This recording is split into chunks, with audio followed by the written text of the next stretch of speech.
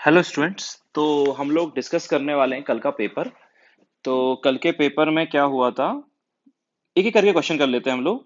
Question number one कह रहा है बेटा, क्वेश्चन नंबर वन है 1 litre of a gas, 1 litre of a gas at S T P weighs 1.16 gram is possible only in. 1 litre gas है STP पर, उसका wait है 1.16 ग्राम। ये कौन सी गैस हो सकती है? देखो अब यहाँ देखो ध्यान से, देखो गैस का वॉल्यूम भी दे रखा है, गैस का वेट भी दे रखा है, पूछा कि कौन सी गैस हो सकती है। तो बेटा गैस का वॉल्यूम है और क्या दे रखा है, गैस का वॉल्यूम भी गिवन है और गैस का मास भी गिवन है। तो मैं क्या करता हूँ बेटा, क्वेश्चन नंबर वन देख रहा हूँ। क्वेश्चन नंबर वन में क्या होगा, वॉल्यूम जो दे रखा है उस वॉल्यूम की हेल्प से हम लोग मोल्स निकाल सकते हैं। कितने होंगे? 1.16 अपॉन 1.16 अपॉन मास दे रखा है। मोलर मास मेरे को नहीं पता, तो मैं मोलर मास कितना मान लेता हूँ बेटा, एक्स मान लेता हूँ। तो गैस के मोल्स आ गए 1.16 अपॉन एक्स मोल्स आ गए। ये गैस के क्या हो गए बेटा, मोल्स हो गए। और गैस का वॉल्यूम भी कितना दे रखा है बेटा, 1 लीटर भी गिवन है। अब 1 लीटर भी गिवन है तो मोल्स ये किसके इक्वल हो जाएंगे, 1/22.4 के बराबर भी हो जाएंगे। तो गैस का मास पता होता है, मोल्स कैसे निकालते हैं, given mass upon molar mass, तो वो निकाल लिए। और जब एसटीपी पर वॉल्यूम पता होता है तो मोल्स कैसे निकालते हैं, 1/22.4, ये भी निकालेंगे। यहां से तुम तो x निकालोगे तो कितना आएगा बेटा, 22.4 इंटू 1.16, 22.4 इंटू 1.16। इसे तुम करके देखना बेटा, ये आ रहा होगा अपना 26 ग्राम। कितना आ रहा होगा यहाँ से, 26 ग्राम आ रहा होगा। इसका मतलब गैस का जो मोलर मास है वो है 26 ग्राम। अब ये जो ऑप्शन है सारे के सारे, एक CH4 है, एक O2 है, एक CO है, एक C2H2 है, इन चारों में से देख लो किसका मॉलिक्यूलर मास 26 आएगा। तो चेक करोगे तो कार्बन का 12 होता है, 24 टू 26, तो आंसर क्या हो जाएगा बेटा, डी हो जाएगा। आंसर क्या हो जाएगा, डी हो जाएगा। पहले का आंसर हो गया डी। 26 मोलर मास है तो वो गैस कौन सी हो सकती है, C2H2 हो सकती है। क्या हो सकती है, C2H2। ऐसे हम लोग अब बढ़ते हैं क्वेश्चन नंबर टू पर। क्वेश्चन नंबर टू कर लेते हैं बेटा। क्वेश्चन नंबर टू क्या कह रहा है, find out the volume occupied by 4.4 gram of CO2 at STP. 4.4 gram CO2 है एसटीपी पर, उसका वॉल्यूम कितना होगा। ये तो बेटा क्वेश्चन आसान हो गया। CO2 गैस का क्या दे रखा है, मास दे रखा है, तो बड़ी आसानी से हम लोग उस गैस के क्या निकाल सकते हैं, मोल्स निकाल सकते हैं। कितने मोल्स आएंगे बेटा, 4.4 डिवाइड बाय 44, कितने आ जाएंगे, 0.1 मोल्स आ जाएंगे। कितने मोल्स आ जाएंगे बेटा, 0.1 मोल। मास दे रखा है 4.4, मॉलिक्यूलर मास 44 होता, 0.1 मोल्स आ गए। तो बेटा वॉल्यूम कितना आ जाएगा, सबको आना चाहिए। एक मोल गैस का वॉल्यूम होता है एसटीपी पर या एनटीपी पर 22.4, तो 0.1 मोल का कितना हो जाएगा, 0.1 इंटू 22.4, कितना लीटर आ जाएगा बेटा, 2.24 लीटर आ जाएगा बेटा। सिंपल था। मास दे रखा था, मोल्स निकाले। एक मोल गैस का वॉल्यूम 22.4 होता है, तो 0.1 का कितना हो जाएगा, 0.1 इंटू 22.4 लीटर। ठीक है। अब आते हैं बेटा क्वेश्चन नंबर थ्री पर। क्वेश्चन नंबर थ्री देखते हैं बेटा। क्वेश्चन नंबर थ्री क्या कह रहा है, find the number of water molecules present in a drop of water at room temperature, volume given है 0.018 ml। मेरे को वाटर मॉलिक्यूल्स निकालने हैं एक पानी की ड्रॉप में जिसका वॉल्यूम है 0.0018 ml। अब वॉल्यूम है बेटा 0.0018 ml, इतना वॉल्यूम है। और मैंने तुम्हें लास्ट के लेक्चर में कराया होगा कि जो पानी की डेंसिटी होती है वो 1 ग्राम पर ml होती है, इसलिए मास जो आ जाएगा वो आ जाएगा 0.0018 ग्राम। क्यों? क्योंकि जो पानी की डेंसिटी होती है वो होती है 1 ग्राम पर ml। पानी की जो डेंसिटी होती है वो क्या होती है, 1 ग्राम पर ml। पानी की डेंसिटी 1 ग्राम पर ml है। अब वॉल्यूम अगर इतना है तो बेटा डेंसिटी और वॉल्यूम, मास कैसे निकालते हैं, डेंसिटी इंटू वॉल्यूम। डेंसिटी तो मास अपॉन वॉल्यूम, तो मास हो जाएगा डेंसिटी इंटू वॉल्यूम। तो वॉल्यूम इंटू डेंसिटी करोगे तो मास इतना ही आएगा। मास आ गया तो क्या आ जाएंगे, मोल्स आ जाएंगे। कैसे आएंगे, given mass divided by molar mass. Molar mass पानी का कितना होता है, 18। मास दे रखा था हमें 0.0018 अपॉन 18, ये कितना आ जाएगा बेटा, 10⁻⁻⁴ मोल्स आ जाएंगे बेटा। पानी के जो मोल्स आएंगे वो आएंगे 10⁻⁻⁴। हमें पानी के मॉलिक्यूल्स चाहिए, तो मॉलिक्यूल्स कितने हो जाएंगे बेटा, हाँ जी बताओ। अगर पहले क्या करा, वॉल्यूम दे रखा था तो मास निकाले, क्योंकि डेंसिटी 1 होती है पानी की, याद रखना है हमेशा, ये गिवन नहीं होता है, हमेशा हमें याद रखना होता है। तो डेंसिटी हो गई 1 ग्राम पर ml, तो मास आ गया इतने ही ग्राम आ गया। फिर मोल्स निकाले, कितने आ गए 10 की पावर माइनस 4 मोल्स आ गए। कितने आ गए 10 की पावर माइनस 4 मोल्स आ गए। अब इतने मोल्स अगर आ गए तो मॉलिक्यूल्स कैसे निकालेंगे? अरे भैया एक मोल में n मॉलिक्यूल्स होते हैं, तो 10 की पावर माइनस 4 मॉलिक्यूल मींस कितने होंगे 6.022 इनटू 10 की पावर 23। तो कितने आ गए बेटा ये 6.022 इनटू 10 की पावर 19। ऑप्शन देख लो कौन सा मैच कर रहा है बेटा, 6.023 इंटू 10 की पावर 19। तो आंसर क्या आ गया बेटा थर्ड का? थर्ड का आंसर आ गया बेटा बी। थर्ड का आंसर है बी। ठीक है, आते हैं हम लोग क्वेश्चन नंबर 4 पर। क्वेश्चन नंबर 4 की बात कर लेते हैं। क्वेश्चन नंबर 4 जो है वो तो थोड़ा थ्योरेटिकल है, लास्ट टर्न पे ही पढ़ाया था मैंने। Which of the following pairs of compounds illustrate the law of multiple proportion. Sorry, हम सिक्स क्वेश्चन में पहुंच गए। आते हैं क्वेश्चन नंबर 4 पे। 2 ग्राम of hydrogen combines with 16 gram of oxygen to form water and 6 gram of carbon to form methane. In carbon dioxide, 12 gram of carbon are combined with 32 gram of oxygen. Which law is illustrated by these figures? अब बेटा यहां देखो, hydrogen combine कर रहा है oxygen के साथ, hydrogen combine कर रहा है ऑक्सीजन के साथ, और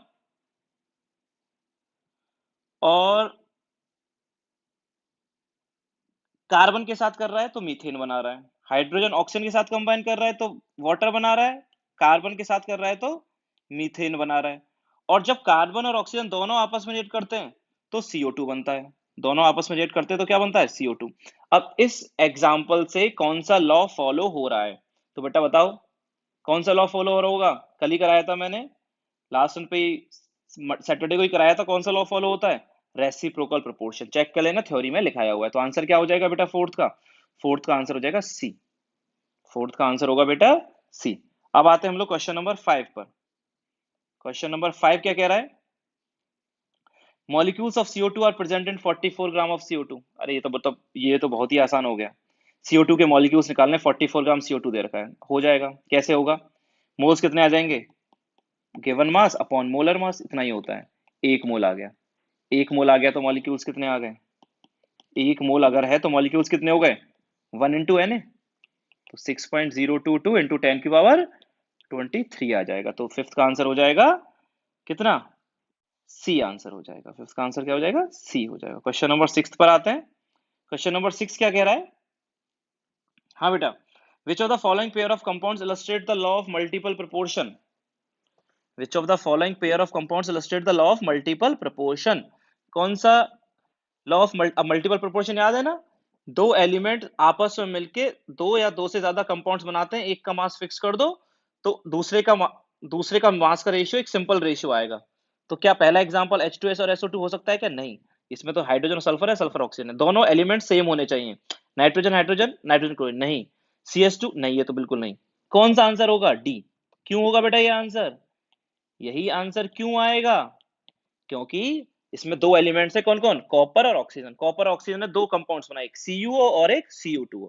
मल्टीपल प्रोपोर्शन क्या कहता है कि दो एलिमेंट्स आपस में रिएक्ट करके दो या दो से ज्यादा कंपाउंड्स बनाए, जैसे इसमें बनाया है, कॉपर और ऑक्सीजन ने मिलकर दो कंपाउंड्स बनाए, एक CuO और एक CO2 को। ठीक है, तो सिक्स्थ का आंसर क्या हो गया बेटा? सिक्स्थ का आंसर हो गया डी। सिक्स्थ का आंसर आ जाएगा डी। ठीक है, बढ़ते क्वेश्चन नंबर 7 पर। क्वेश्चन नंबर 7 क्या कह रहा है? A sample of PCl3 contains 1.4 moles of the substance. Find the number of atoms in the sample. एक PCl3 का सैंपल है जिसमें 1.4 मोल्स हैं, तो हमें एटम्स बताने कितने होंगे। अब बेटा मॉलिक्यूल कितने मोल्स है कंपाउंड के? 1.4 मोल्स। 1.4 मोल्स है PCl3 के, तो ठीक है, मोल्स हैं PCl3 के 1.4। ठीक है, अब बेटा अगर इतने मोल्स हैं तो क्या मॉलिक्यूल्स निकाल सकते हैं? हाँ बिल्कुल निकाल सकते हैं। अगर मोल्स पता है तो मॉलिक्यूल्स कितने हो जाएंगे? 1.4 इंटू एन ए। ठीक है, मैं इतना लिख दे रहा हूँ। ठीक है, तो कितना आ गया बेटा ये? 1.4 इंटू 6 इंटू 10 की पावर 23 आ जाएगा। तो कितना आ जाएगा बेटा ये? 1.4 इंटू 6 की 10 की पावर 23, 14 इंटू 6 कितना हो जाएगा? 14 5 जा 70, 14 6 84। तो 8.4 इंटू 10 की पावर 23 मॉलिक्यूल्स आ गए। लेकिन बेटा हमसे मॉलिक्यूल्स नहीं पूछे हैं, हमसे पूछे हैं क्या? एटम्स। हमसे मॉलिक्यूल्स नहीं पूछे गए हैं, हमसे पूछे गए एटम्स। जब मॉलिक्यूल्स हैं 8.4 इंटू 10 की पावर 23, तो एटम्स कितने होंगे? ध्यान से देखो, मोल्स दे रखे थे तो मॉलिक्यूल्स निकाल लिए मैंने Na से मल्टीप्लाई करके। अब एटम्स निकालने हैं, एक मॉलिक्यूल में कितने एटम होते हैं सबको पता चलना चाहिए, होना चाहिए। एक मॉलिक्यूल में कितने एटम होंगे वो दिख रहा है कंपाउंड में। एक मॉलिक्यूल में ध्यान से देखो पीसीएल3 को, ध्यान से देखो पीसीएल3 को, एक मॉलिक्यूल में कितने एटम दिख रहे हैं तुमको? एक मॉलिक्यूल में दिख रहे हैं, एक और तीन, चार एटम दिख रहे हैं। कितने दिख रहे हैं? चार एटम। अब चार एटम दिख रहे हैं तो एक मॉलिक्यूल में चार एटम, तो इतने मॉलिक्यूल्स में कितने एटम? इसको क्या कर देंगे बेटा हम लोग? चार से मल्टीप्लाई कर देंगे। क्या कर देंगे? चार से मल्टीप्लाई। चार चौक 16, 32, 33, तो 3.36 इंटू 10 की पावर 24 मॉलिक्यूल्स एटम्स आ जाएंगे। कौन सा ऑप्शन है बेटा ऐसा? 3.36 वाला ए ऑप्शन है। कौन सा है? A option. दिख रहा है ना? ए ऑप्शन आ जाएगा। तो सेवंथ का आंसर हो जाएगा बेटा ए। सेवंथ का आंसर है ए। ठीक है, बढ़ते हैं हम लोग क्वेश्चन नंबर 8 पर। समझ गए? अच्छा, कोई डाउट ना करे कि सर यार यहाँ तो 3.372 लिख रहा है, आपने 3.6 निकाल लिया। अरे बेटा मैंने 6 लिखा है ना, मैंने क्या नहीं लिखा? 6.6, 6.023 नहीं लिखा। एक ही बात है, कोई फर्क नहीं पड़ता है ना, वही ऑप्शन आ जाएगा। आते हैं हम लोग क्वेश्चन नंबर 8 पर। क्वेश्चन नंबर 8 पे देखो, the empirical formula of A compound is CH2O।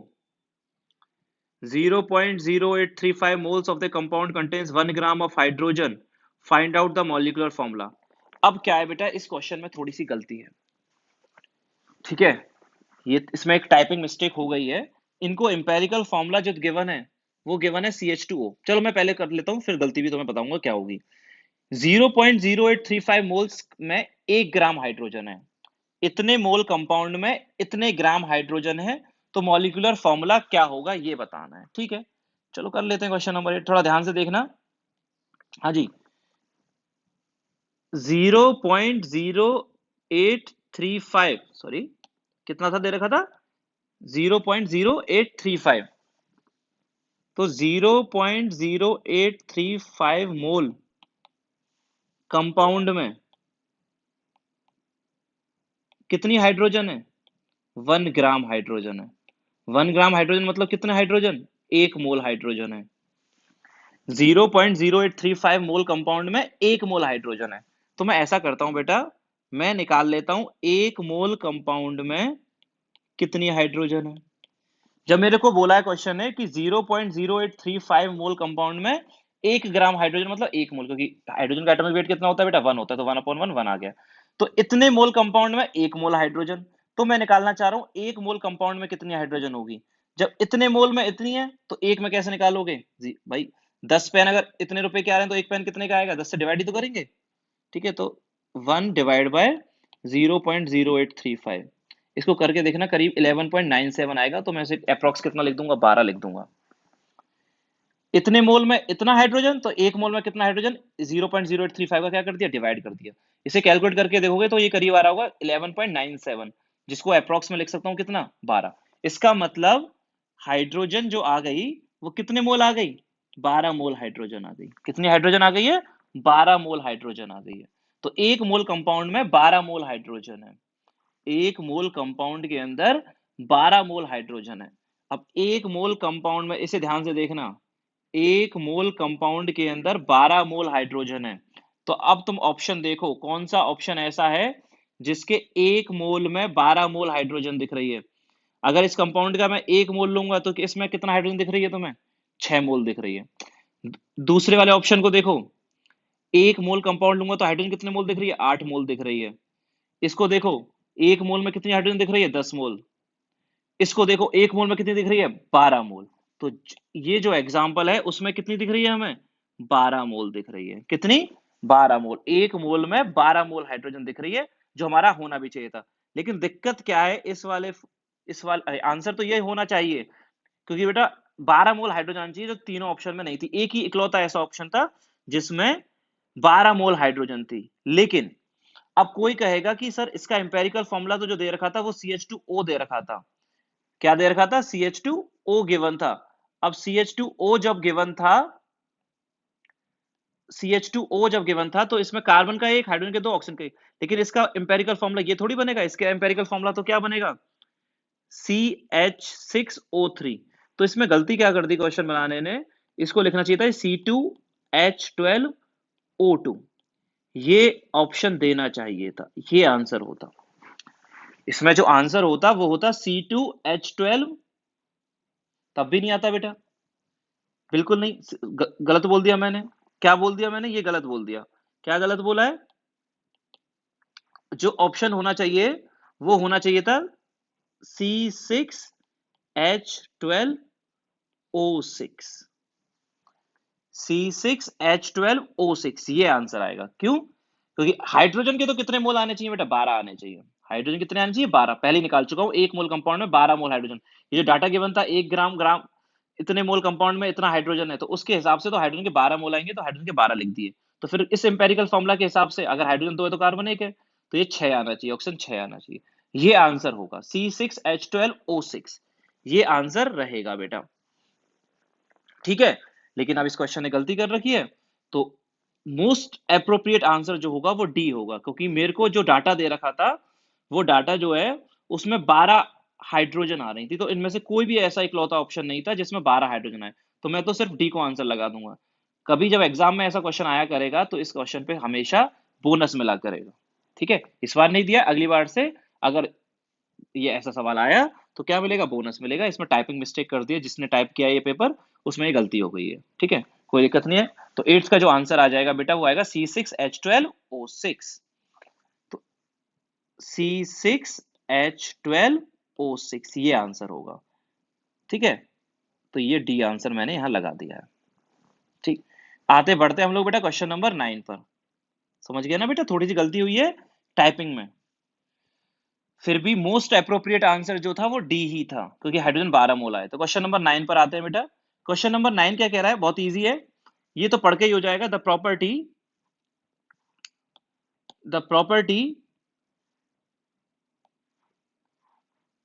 Of an element which is always an whole number. कौन सी ऐसी प्रॉपर्टी है जो हमेशा होल नंबर ही होगी? और बेटा होल नंबर कौन सा होगा? Atomic volume. क्या वॉल्यूम हमेशा होल नंबर होगा? बिल्कुल नहीं। एटॉमिक नंबर, जी हाँ। एटॉमिक नंबर जो होता है, पहले एटॉमिक वेट की बात कर लेते हैं। एटॉमिक वेट बेटा क्या होल नंबर ही होता है? नहीं। एटॉमिक वेट जो होता है, क्लोरीन का देखा होगा 35.5 आता है, आता है नहीं आता है? एटॉमिक वेट जो क्लोरीन का होता है 35.5 होता है। तुम सारे एलिमेंट्स का देख लेना, पॉइंट्स में आ रहा होगा। बहुत सारे एलिमेंट्स होंगे जिनका पॉइंट्स में होगा, लेकिन एटॉमिक नंबर वो 1 2 3 पीरियोडिक टेबल पर तुमने पढ़ी होगी। अब पीरियोडिक टेबल में तुमने क्या पढ़ा होगा? सभी एलिमेंट्स का एटॉमिक नंबर किस में होता है? होल नंबर में। तो 9th का आंसर आ गया बेटा B. Atomic number is always an whole number. Atomic number क्या होता है? 1 होता है, 2 3 4, क्योंकि वो किसके इक्वल होता है? Number of protons plus number of protons के बराबर होता है। एटॉमिक नंबर हमेशा होल नंबर होगा। क्वेश्चन नंबर 10 पर आते हैं। क्वेश्चन नंबर 10 क्या कह रहा है? अब 10 भी बहुत इजी है, पढ़ो। An element forms two oxide. अच्छा कोई सोचे सर ये इक्विवेलेंट वेट क्या है? ये मैं पढ़ाऊंगा, ये अगले टॉपिक्स में आएगा। इक्विवेलेंट वेट क्या होता है, अभी कुछ ज्यादा ध्यान देते नहीं है, क्योंकि हमें तो आता है कि जो एटॉमिक नंबर होता है वही क्या होता है? होल नंबर होता है। 1 2 3 4, कभी एटॉमिक नंबर 1.5 नहीं पढ़ा होगा। पूरी पीरियोडिक टेबल जो अरेंज की गई है वो एटॉमिक नंबर के बेसिस पर की गई है। किसके बेसिस पर? पीरियड एटॉमिक नंबर के बेसिस पर की गई है, ठीक है। आगे बढ़ते हैं। N element forms 2 oxide. एक एलिमेंट जो है वो 2 ऑक्साइड्स बना रहा है, जिसमें एक में इतनी ऑक्सीजन है, एक में इतनी ऑक्सीजन है। कौन सा लॉ फॉलो हो रहा है इससे? मतलब हो क्या रहा है? एक एलिमेंट है जो दो दो बार जो 2 ऑक्साइड्स बना रहा है, मतलब वो एलिमेंट और ऑक्सीजन मिलके 2 ऑक्साइड्स बना रहे हैं। मतलब जैसे एक एलिमेंट है ए, वो एलिमेंट ए क्या बना रहा है? एक एओ बना रहा है, एक एओ2 बना रहा है। मान सकते हैं, मेरे को नहीं पता क्या बना रहा है। एलिमेंट ए है, वो 2 तरह की ऑक्साइड्स बना रहा है, एक एओ बना रहा है, एक एओ2 बना रहा है। तो कौन सा लॉ फॉलो हो रहा है इससे? ध्यान दो। एक एलिमेंट ए और 2 एलिमेंट्स है ए और ओ, दोनों मिलकर 2 तरह की ऑक्साइड्स बना रहे हैं। कौन सा लॉ फॉलो हो रहा है? सबको पता होना चाहिए। That is law of multiple proportion. कि दो एलिमेंट जब 2 या 2 से ज्यादा कंपाउंड्स बनाते हैं तो उनमें एक का मास अगर फिक्स कर दिया जाए, जैसे इसमें ए का मास अगर फिक्स कर दिया जाए, तो ऑक्सीजन का जो मास होगा उनका रेशियो एक सिंपल रेशियो होगा। तो 10th का आंसर क्या हो गया बेटा? सी हो गया। 10th का आंसर हो गया बेटा सी, ठीक है। क्वेश्चन नंबर 11 पर आते हैं। क्वेश्चन नंबर 11 पर आते हैं, और क्वेश्चन नंबर 11 क्या कह रहा है? क्वेश्चन नंबर 11 कह रहा है find out the percentage of oxygen in NaOH। NaOH के अंदर ऑक्सीजन का परसेंटेज निकालना है। Find out the percentage of oxygen in NaOH। तो NaOH का परसेंटेज हमें निकालना है, ठीक है, तो निकाल लेते हैं। क्वेश्चन नंबर 11 पर find out the percentage of oxygen. ठीक है, NaOH है, हाँ जी, किसका परसेंट निकालना है बेटा? ऑक्सीजन का। बहुत आसान है, ऑक्सीजन का एटॉमिक वेट कितना होता है? 60, तो 16 ग्राम। और टोटल मॉलिक्यूलर वेट कितना है? 40, तो 16/40 इंटू 100, कितना परसेंट आ गया? 40% आ गया। क्वेश्चन नंबर 11 भी हो गया अपना, कितना आ गया? 40%। कैसे आया बेटा, वापस बताऊं क्या? कोई दिक्कत है क्या? अरे भैया, हुआ क्या है कि हमें क्या गिवन है? ऑक्सीजन का परसेंटेज निकालना है। इस कंपाउंड का टोटल मॉलिक्यूलर वेट देखो, सोडियम का होता है बेटा 23, जब किसी को नहीं पता तो सोडियम का होता है 23, ऑक्सीजन का होता है 16 और हाइड्रोजन का होता है 1, तो हो गया ये 40 ग्राम। मतलब इस कंपाउंड का पूरा मॉलिक्यूलर वेट है 40 ग्राम। मतलब इसके एक मोल मॉलिक्यूलर वेट पता है ना क्या होता है? मॉलिक्यूलर वेट का मतलब होता है, अगर मैं इसका मॉलिक्यूलर वेट 40 ग्राम बोल रहा हूं, तो 40 ग्राम का मतलब है एक मोल का वेट है 40 ग्राम। एक मोल का वेट है 40 ग्राम, ठीक है। और उस 40 ग्राम में ऑक्सीजन कितने ग्राम होगी? 16 ग्राम। उस 40 ग्राम में ऑक्सीजन कितने ग्राम होगी? 16 ग्राम। तो ऑक्सीजन की परसेंटेज कितनी आ गई? 16/40 इंटू 100। टोटल है 40 ग्राम, ऑक्सीजन है 16 ग्राम, तो परसेंटेज आ गई 40%। ठीक है, क्वेश्चन नंबर 12 पर आते हैं, अपना लास्ट क्वेश्चन और बचा हुआ है। हाँ जी, क्वेश्चन नंबर 12 क्या कहता है? ये तो बेटा बहुत आसान है, सबको करना चाहिए। Find out the number of atoms in 1 mole of sucrose. Number of atoms बताने सुक्रोज में, ठीक है, कर लेंगे।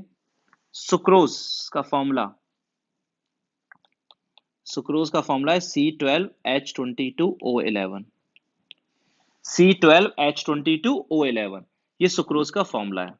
अब सुक्रोज का फॉर्मूला C12H22O11 अगर है, तो इसके और मोल कितने दे रखे हैं बेटा? इसके मोल्स जो दे रखे हैं वो दे रखे हैं बेटा 1 मोल। 1 मोल गिवन है। अब बेटा 1 मोल अगर गिवन है तो मॉलिक्यूल्स कितने हो गए बेटा? मॉलिक्यूल्स हो गए 1 इंटू Na। सिंपल है ना? 1 मोल में कितने मॉलिक्यूल्स? Na molecules. 1 मोल में Na मॉलिक्यूल्स। हमसे मॉलिक्यूल्स नहीं पूछा, हमसे क्या पूछा है बेटा? एटम्स पूछे हैं। तो 1 मोल में है Na मॉलिक्यूल्स, तो Na लिख दिया। लेकिन हमसे पूछे एटम्स, तो ध्यान से देखो, एक मॉलिक्यूल में कितने एटम दिख रहे हैं तुम्हें? 12 तो कार्बन के हैं, 22 हाइड्रोजन के हैं, 11 ऑक्सीजन के। तीनों को जोड़ दो, 12 + 22 34 + 11 45। मतलब एक मॉलिक्यूल में 45 एटम्स हैं। समझ में आता है? एक मॉलिक्यूल में टोटल 45 एटम्स हैं। अब एक मॉलिक्यूल में 45 एटम्स हैं, तो Na मॉलिक्यूल्स में कितने एटम्स होंगे? 45 इंटू Na। यही अपना आंसर हो जाएगा। जिसने ये भी लिखा है वो भी करेक्ट कर दिया है मैंने, जिसने Na की वैल्यू पुट करके मल्टीप्लाई कर दिया वो भी सही कर दिया है मैंने। एक मोल में Na मॉलिक्यूल्स, एक मोल में क्या होंगे? Na मॉलिक्यूल्स होंगे, वो तो होता ही है, Na हो गए। एक मॉलिक्यूल में 45 एटम्स, एक मॉलिक्यूल में 45 एटम्स, तो इतने मॉलिक्यूल्स में 45 इंटू Na एटम्स हो जाएंगे। क्लियर है बेटा? तो हम लोगों ने क्या करा, ये पूरा पेपर जो है आज हम लोगों ने डिस्कस कर लिया। थोड़ा ध्यान से देख लेना, पेपर बहुत इजी था। जिसके 50 आया उसके लिए कांग्रेट्स, और जिसके नहीं आए बेटा, कम आए, देखो बेटा 10 12 15 नंबर जिसके आए, तो ये पेपर उसके लायक बिल्कुल भी नहीं था। इतने कम मार्क्स नहीं आने चाहिए थे किसी के भी। 35 से ज्यादा सबके आने चाहिए थे इस पेपर में, क्योंकि बहुत इजी था। ठीक है, तो 45 से ज्यादा सबके ही आने चाहिए थे, लेकिन कुछ नए नए बच्चे भी हैं, ठीक है, उनको एक बार पढ़ लेना सारे लोग। बड़ा आसान पेपर था, बहुत इजी टॉपिक है। अब हम लोग नेक्स्ट, अब कल जो है हम लेक्चर को आगे कंटिन्यू करेंगे।